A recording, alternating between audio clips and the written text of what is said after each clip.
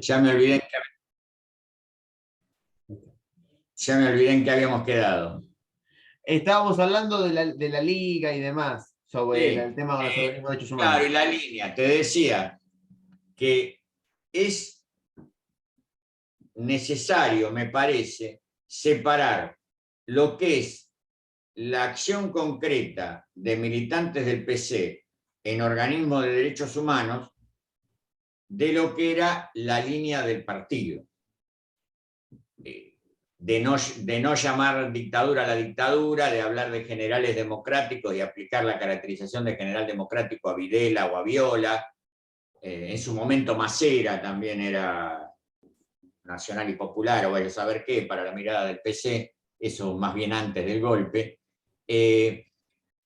Digo, eso no implica reconocer el empeño de muchos militantes que lo dieron todo en la lucha concreta contra la dictadura y en el terreno de los derechos humanos en particular. El PC tiene más de 100 desaparecidos, es un número para un partido chico. Lo que hay que tener también en claro es que esos militantes que daban la pelea no era que tenían claridad sobre que la línea del PC estaba equivocada y ellos pensaban que era una sangrienta dictadura militar. No, en general adherían a esa misma línea, simplemente que en lo concreto estaban luchando por la libertad o la aparición o lo que fuera de los compañeros presos, secuestrados, desaparecidos, lo que fuera. Entonces, lo que dice Alberto Nadra me parece que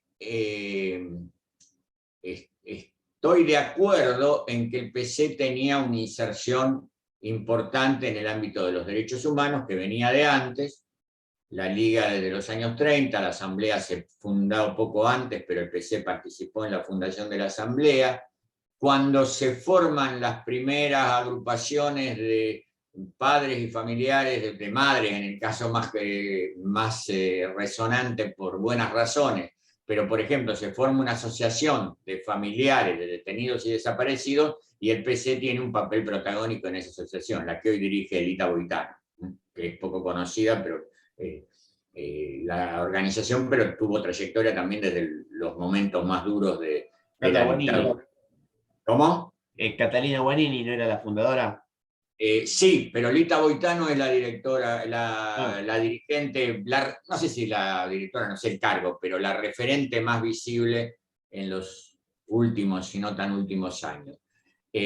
Así que habría que hacer esos matices y diferenciaciones, porque si no, se puede caer en la simplificación que he escuchado muchas veces, de que si la línea del partido estaba por allá arriba y nadie le daba bola y los militantes hacían la suya luchando en contra de la dictadura.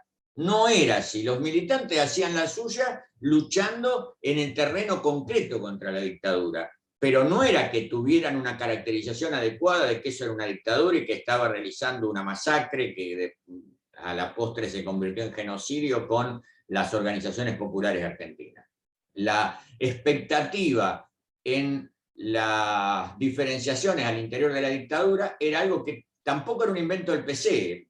Mi idea es que el PC no era un invento, no era una novedad, mejor sería decir. Mi idea es la de que no se puede entender la posición del PC frente a la dictadura de 1976 sin entender, sin tomar en cuenta la posición del PC frente a todas las dictaduras de 1975, de 1955, perdón, en adelante, con la excepción de la dictadura de Onganía.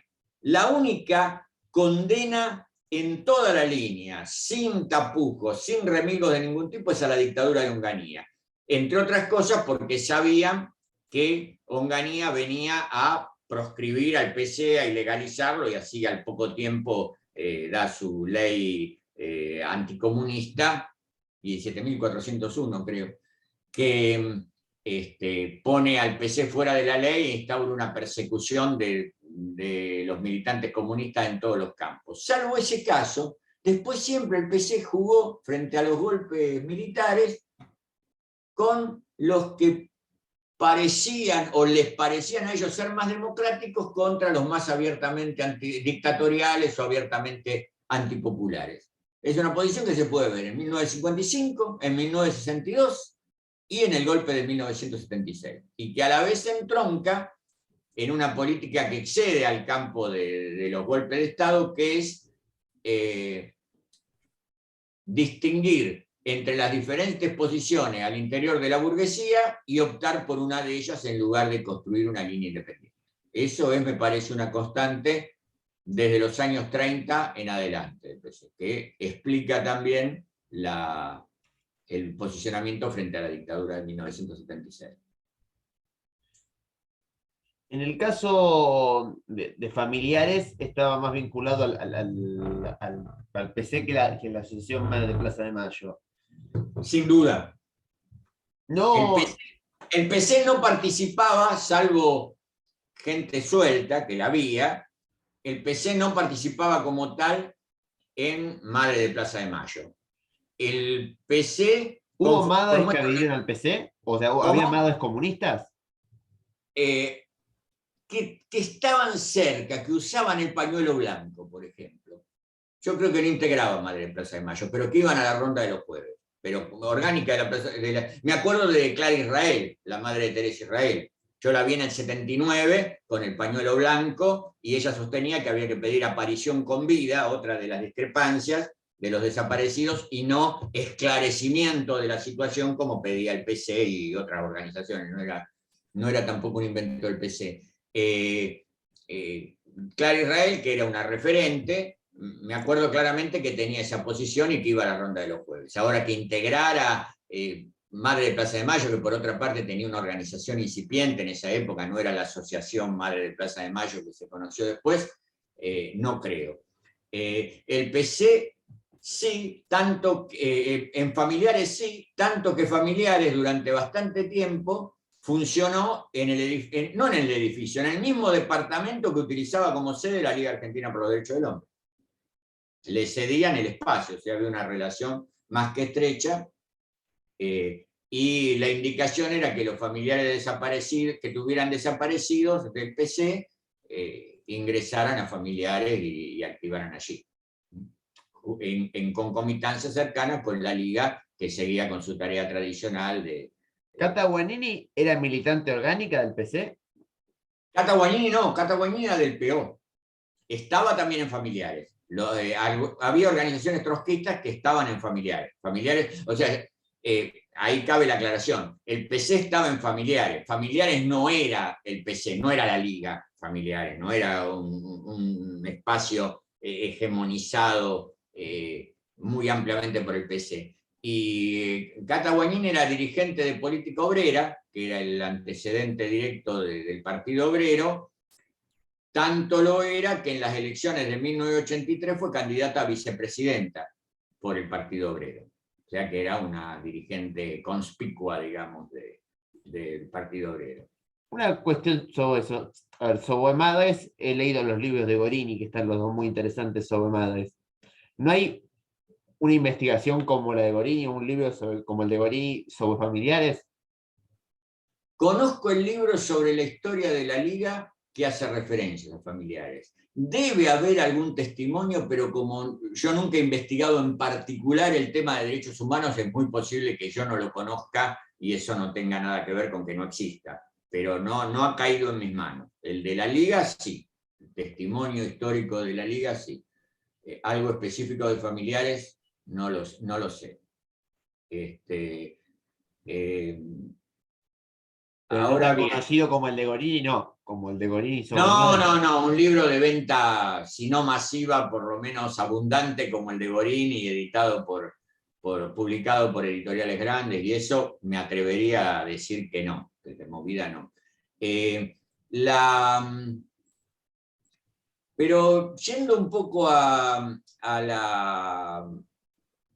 un elemento de síntesis de esto, me parece que hay que visualizar una continuidad en la línea del PC que está sobredeterminada por por algunas contradicciones, entre ellas la de ser un partido que se proclama el partido de la clase obrera, inclusive el partido de vanguardia de la clase obrera, y que no tenía una incidencia importante en el movimiento obrero, y que incluso en la esfera pública la discusión sobre si el PC tenía mayoría de militantes de clase media o tenía muchos militantes obreros es eterna, no hay información fidedigna y depende desde qué área del PC se da el testimonio. Pero a mí me parece que lo que sí es incontrastable es que espacios del PC ligados a sectores medios eran los que más presencia pública tenían y posiblemente los que más influían en la formación de los análisis y de las líneas de acción del partido. A mí me parece que lo que ocurría era que los sectores de clase media estaban sobre representados en la militancia del PC con respecto a lo que se supone sería debiera ser la militancia predominantemente obrera de un partido de clase, de un partido marxista, leninista, etc. A mí me parece que eso es una de las líneas a tener en cuenta para visualizar algunos aspectos del desarrollo político del PC, sobre todo de las líneas fijadas por su conducción. Después, por supuesto, el PC tuvo su actuación en medios obreros a lo largo de todo este periodo, pero desde una posición mucho más marginal. A partir de los años 60, el PC nunca pudo generar una corriente sindical que tuviera un peso real y eficaz, que dirigiera sindicatos importantes, etc., ¿no? Eso fue una carencia histórica que más bien tendió a agravarse con el tiempo. Hay que pensar que para 1943 el PC dirigía dos de los sindicatos más importantes del país. Estaban los ferroviarios, que les pasaban el trapo a todos, tenían muchísimos más afiliados. Pero después de los ferroviarios, la Federación Obrera de la Construcción y la Federación de la Industria de la Carne, que después se amplió y fue Federación de la Industria de la Alimentación, eran muy importantes y estaban ambos dirigidos por conducciones donde predominaban o tenían un papel muy importante los comunistas. Eso se va por la alcantarilla en 1945-46 y nunca lo recupera el PC hasta el día de hoy, digamos. Eso fue un corte importante que dejó al partido, como se suele decir, operando desde fuera de la clase obrera, en la contradicción flagrante de proponerse como partido de la clase obrera y tener un apoyo muy minoritario en los ámbitos de trabajadores asalariados y en particular en los ámbitos de obreros industriales. Una cuestión. Sí. Después, en el año 83, ellos deciden ir con Luder, lo del Partido Comunista. Sí, de nuevo, otra muestra de la escasa consecuencia de su antiperonismo, sí. Bueno, pero Montoneros también va con un candidato de derecha, entre comillas. Claro, sí. Pero de ser consecuentemente antiperonista, el PC hubiera ordenado votar a Alfonsín, sin dudarlo. Ordenan votar a Luder, e incluso hacen un patético ejercicio de tratar de inventar una alianza con una conducción peronista que no quería hacer ninguna alianza con el PC, entre otras cosas porque el PC tenía 10 votos partido por la mitad. Se muestra después en las elecciones, cuando la lista del PC a diputados anda por el 1% de los votos, un poquito más del 1%, y el PC trataba desesperadamente de acordar un programa en común, de emitir una declaración conjunta, de sacarse una foto, aunque fuera, y no consigue nada. Literalmente le cierran la puerta de la calle Mateu y no entran. Lo escuché contado, llegué a escucharlo contado por dirigentes del PC, eso, por el propio Fernando Nadra, en una reunión en que cuenta esto, que le cierran las puertas y que no logran entrevistarse con nadie, Pero bueno, apoyan a Luder. Pero vos me ibas a preguntar algo más en relación con esto. El PCR también, ¿no? Va con Luder.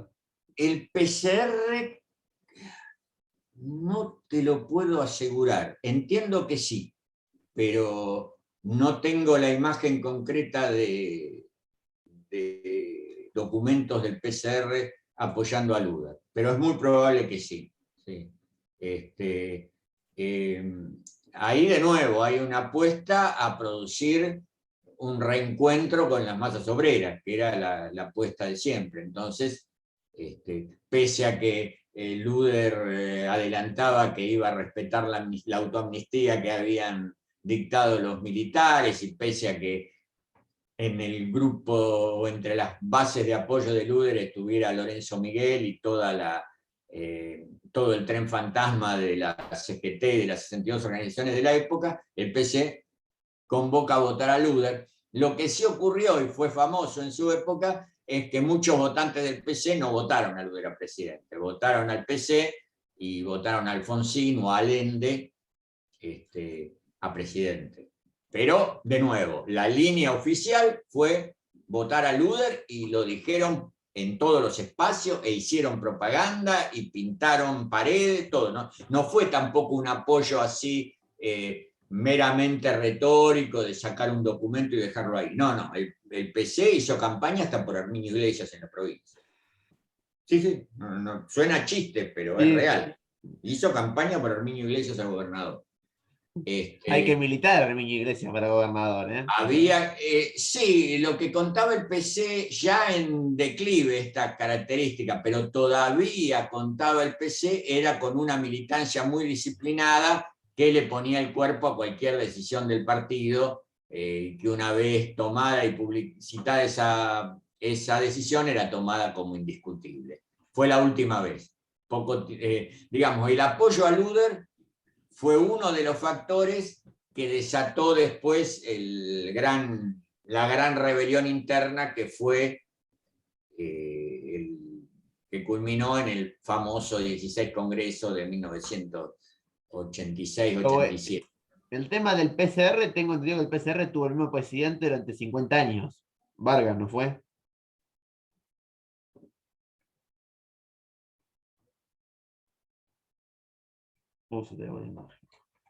No solo Otto Vargas, porque podría haber sido una figura simbólica o algo así. No. El conjunto de la conducción del PCR siguió Carlos Echagüe, Clelia Íscaro, varios dirigentes que fueron los jóvenes, algunos de ellos muy jóvenes, que formaron el PCR a partir en gran medida de la juventud comunista. El PCR se funda sobre todo con jóvenes comunistas, mucho menos influencia tuvo sobre cuadros ya más veteranos. Pero esos jóvenes siguieron hasta el siglo XXI, siendo dirección del PC. 50 años. 50 años por lo menos, sí. Lo recuerdo hace pocos años a Otto Vargas como secretario general.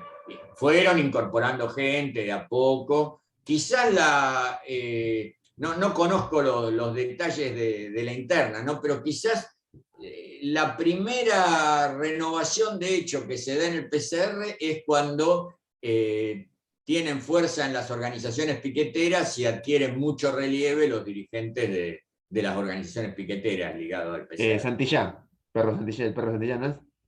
No, el perro Santillán no era el PCR. El que es del PCR desde siempre es Juan Carlos Alderete, la corriente clasista y combativa.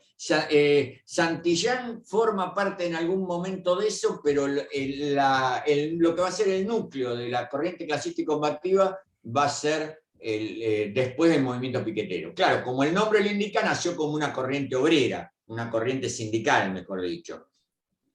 Después deriva en el movimiento piquetero y ese movimiento alcanza una fuerza, la corriente clasista y combativa en particular, que no tenía el PCR en los sindicatos ni lo tuvo nunca. Pero el PCR es extraño porque desde el loperreguismo fueron amigos de Seineldín en su momento. Sí. Yo nunca me puse a estudiar el PCR, pero realmente en una mirada de superficie por lo menos tiene una línea difícil de explicar. Además, debe haberse tratado de una organización muy cerrada. Por ejemplo, la caracterización del golpe de Videla como un golpe al servicio de la Unión Soviética te habla de un nivel de desconexión con la realidad abrumador. Después habrá que buscar la explicación y seguramente la tiene, pero de movida lo primero que hay que decir es que es un disparate. Me acuerdo que me contaban en La Plata el caso de un dirigente del PCR que lo secuestran en plena calle, como pasaba tantas veces, por desgracia, y el tipo se va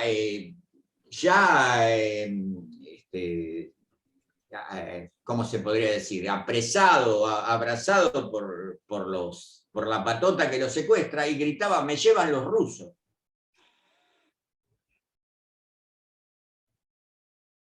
Beatriz Arlo contaba que tenían el informe de en qué comisarías predominaban los pro-norteamericanos y en qué comisarías predominaban los prorrusos dentro de la policía. Es decir, toda una construcción imaginaria, por lo menos llamativa. Pero bueno, no hay, digamos, creo que no hay que cargar las tintas tampoco. Son avatares que han sufrido muchas organizaciones políticas en la convulsionada vida argentina, y el PCR es un ejemplo, tal vez extremo, de eso.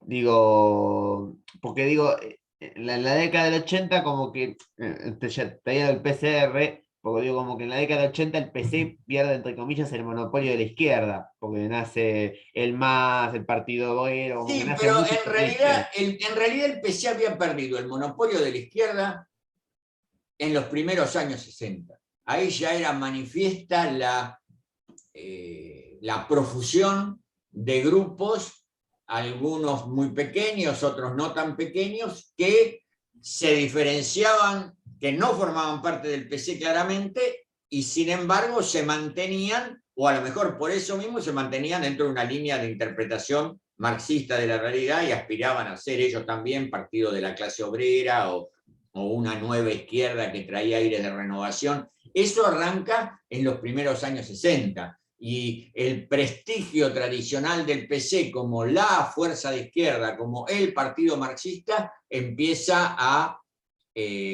degradarse claramente desde entonces. En los años 80 lo que se da es que, con claridad, sobre todo en los primeros años 90, un partido de izquierda marxista se vuelve más numeroso que el PC, e incluso tiene, dentro de ser expresiones minoritarias también, tiene más fuerza en la propia clase obrera que el PC, que es el MAS. Esa es la novedad fuerte Luis de los Zamora. años 80. ¿Cómo? Luis Zamora, ¿no es el MAS? Luis Zamora era el dirigente máximo del MAS, más que el dirigente máximo, la figura pública más destacada del MAS. Sí, pero digamos, en la crisis del PC de los años 60, lo que hubo fue una multiplicidad de grupos que se situaban a la izquierda del PC en sus posiciones políticas y que profesaban el marxismo con una visión crítica de lo que era el marxismo anquilosado, achatado, dogmatizado, proveniente de la Unión Soviética. Ahora, eran una serie de grupos en general reducidos.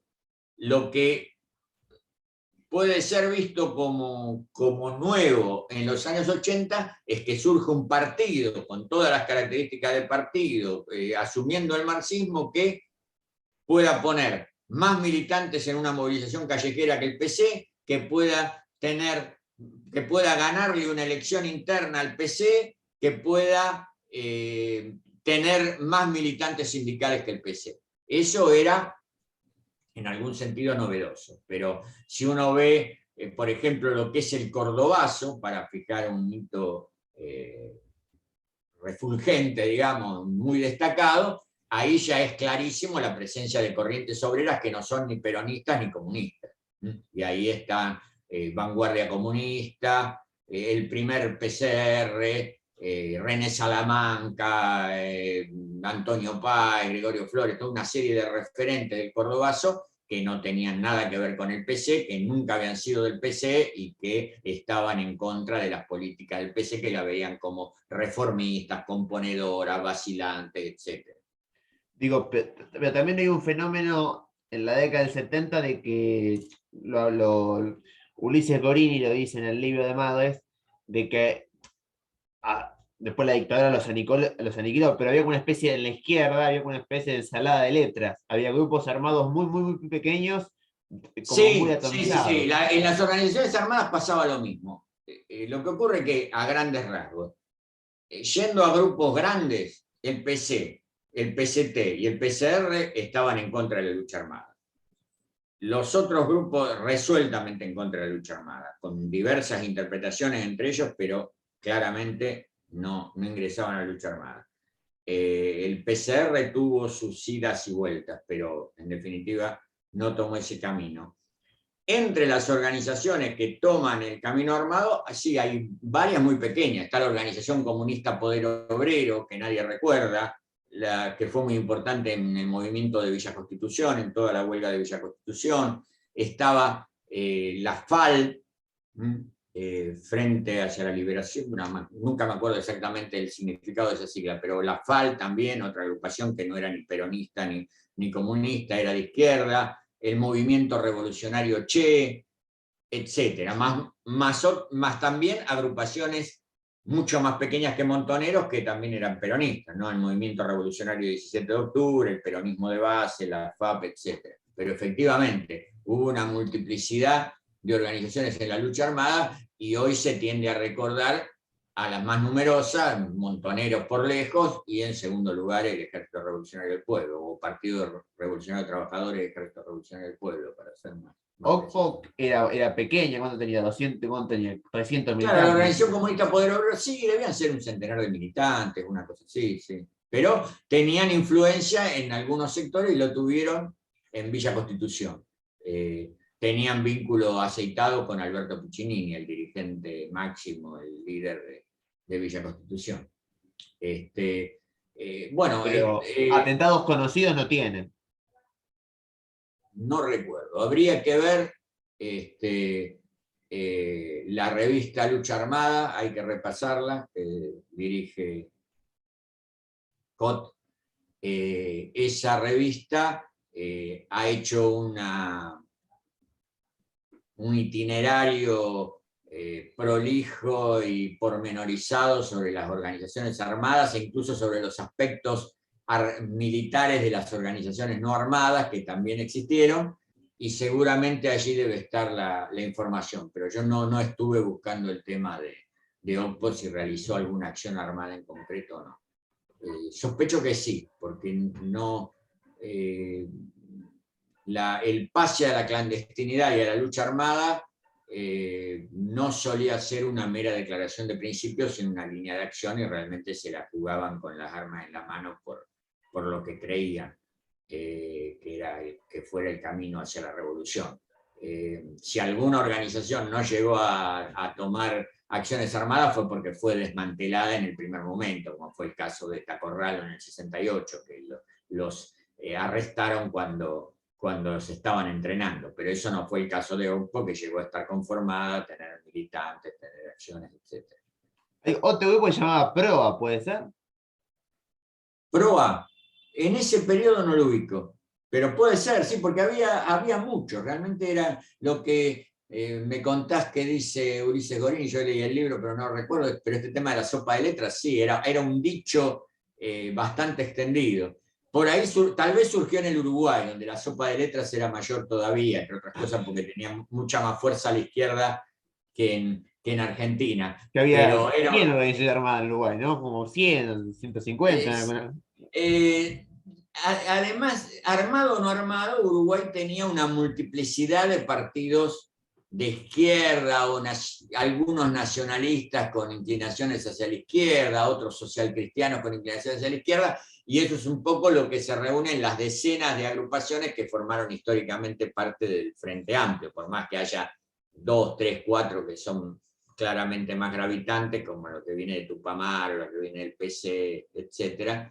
Pero son decenas. Pero acá, con una izquierda más reducida, igualmente había una multiplicidad de grupos importantes. Bueno, los hay aún hoy con una izquierda más reducida todavía, o con una izquierda más reducida todavía. El trotskismo tiene una fuerza importante, pero digamos, por fuera del trotskismo, las agrupaciones son muy pequeñas y sin embargo basta ir a alguna marcha para encontrarse con organizaciones, por lo menos a mí me pasa que uno nunca escuchó nombrar. Y uno ve que tienen 100, 200, 300 militantes ahí en la calle y nada, y una y otra, es un nivel de fragmentación, de dispersión muy acentuado. Se puede Sí. decir, o es correcto, les hago las últimas dos o tres preguntas. Se puede decir que la izquierda que nace a partir de la década del 80, digo esto porque pienso en Luis Zamora. Luis Zamora era abogado de los organismos de derechos humanos, tengo entendido que fue abogado del CIO. Exactamente, sí, sí, sí, sí. O sea, Ese era. la izquierda, digamos, la izquierda que surge en los 80 no viene de la militancia antes de la dictadura, sino de los propios organismos de derechos humanos, digamos, cierta No, izquierda de los no, 80. porque el MAS se configura a partir de un sector tradicional de la militancia trotskista, conocida como morenismo, porque su líder actuaba con el seudónimo de Nahuel Moreno. Ese movimiento pasó por varias configuraciones, pero ya en los años 70 se forma como Partido Socialista de los Trabajadores, va a las elecciones en 1973 con ese nombre, y esa militancia forma, o esa dirigencia forma el núcleo del MAS. Nahuel Moreno, Rubén Visconti, Zamora era una figura emergente, Zamora en ese momento todavía un hombre joven y ligado a algo tan sensible, o partícipe directo, más que ligado, a algo tan sensible en el periodo como la lucha por los derechos humanos, se convierte en el referente público y en el primer candidato en cualquier instancia electoral. Pero no es que el MAS se forma de resultas de la lucha antidictatorial.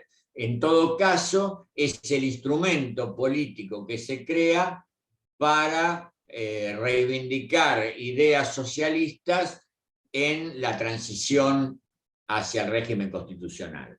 Y digo esto de reivindicación de las ideas socialistas no por casualidad, sino porque sus primeros planteos apuntaban a presentarse como el partido socialista que ya no había en Argentina.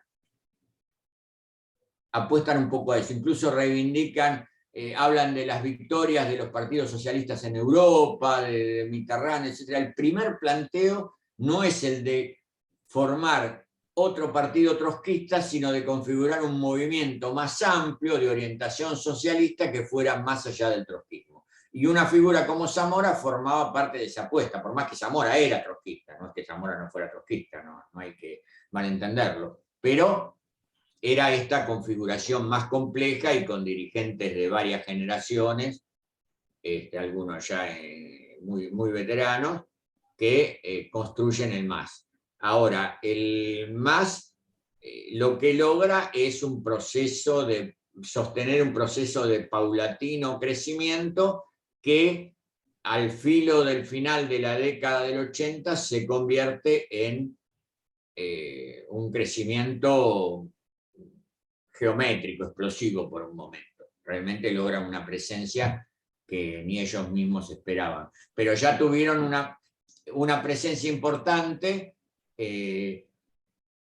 o ya tenían una presencia importante en 1985, cuando hacen un frente justamente con el PC, el Frente del Pueblo, que no logra diputados todavía, pero logra tener una presencia pública en el proceso electoral importante, logra transmitir una imagen más juvenil, más renovada, más actual que lo que podía ser la izquierda tradicional. Y ese Bueno, también es un caso rarísimo, ¿no? Para señalar, un partido trotskista aliado a un partido comunista, por más que fuera una alianza electoral, pero también sale de lo común.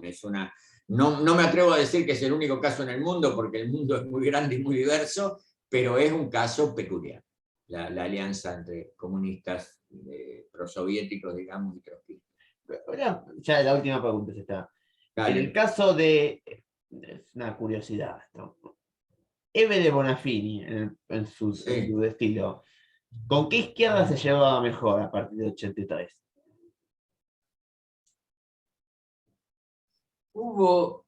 Tuvo vínculos múltiples.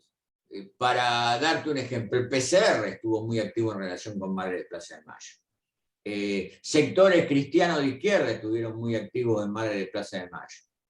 El trotskismo también apoyó, en general apoyó a Madre de Plaza de Mayo. Yo creo que hubo múltiples vínculos y que hasta después de 2003 Madre de Plaza de Mayo nunca se comprometió con un partido político, con una línea política en particular, por más que con una línea política externa, digamos, porque Madre tenía en definitiva una línea política como la tiene cualquier organización que actúa en la esfera pública. No, hasta la decisión de no tenerla es una línea política. O sea, tiene una línea política, pero Como abuela no, sería, de no tener. claro, no asume una orientación, una pertenencia política, ni acepta la tutela de un partido, de un grupo de partidos o lo que fuera.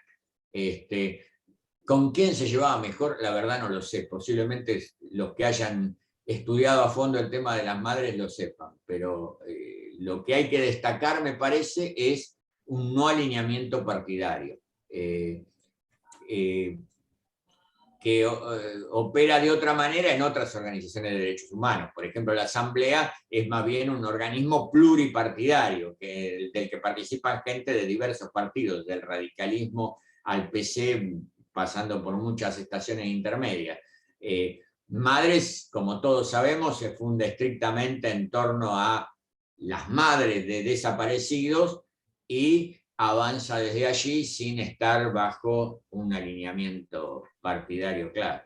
Pero digo, por ejemplo, en línea fundadora siempre fue, después, ahora sí han tomado una mayor cercanía con la izquierda y demás, pero digo, en su momento María Dela o, no sé, Elida Galetti, o sea, esas madres que se pelearon con Eve eran señoras más conservadoras, más... Sí, sí, sí, sí, sí. Y abuelas también. Sí, Era un perfil más de clase media acomodada en cuanto a extracción de clase, por lo menos las que emergían, y una mirada más, ¿cómo podríamos decir? Más moderada de la política. Eve, aparte, se convierte en una líder absoluta. Si uno, hasta el día de hoy, si uno sale a la calle a preguntar qué nombre de madre de Plaza de Mayo conoce que no sea Eve de Bonafini, te van a nombrar alguna de línea fundadora. Las de Madre de Plaza de Mayo las conocen los que están vinculados al movimiento de derechos humanos o los militantes ultrapolitizados. También pasa eso con Madre de Plaza de Mayo, define un liderazgo personalizado, irreemplazable, perpetuo, que no tienen los otros organismos de derechos humanos. Lo más parecido sería, en cuanto a la perpetuidad, sería abuelas, pero con otras características de liderazgo igual. eso es otro discurso el de Estela. A otro discurso aparte, por eso. Estela tiene otro discurso, otros posicionamientos concretos en materia de derechos humanos, peleada a muerte con Eve, etc. Bueno, Tuvo pero mejor relación no sé si con el menemismo, pero no fue tan confrontativa con el menemismo como fue Eve. claro, en general tiene una postura menos confrontativa. Además, nada, creo que de alguna manera el movimiento de derechos humanos reproduce de manera mediada, no directa, no mecánica, pero reproduce distintos alineamientos de la política argentina, con las particularidades de esa actividad, de esa rama de la acción política que son los derechos humanos. Digo, gente abiertamente de derecha no hubo, digamos, Emilio Miñones por ahí en ese organismo. Sí, tampoco era eminentemente de derecha. Sí, se podría decir que hubo, digamos, los alineamientos políticos dentro de un esquema progresista o de izquierda. Si querés, corrijo para ese lado. La derecha estuvo más bien primero en la defensa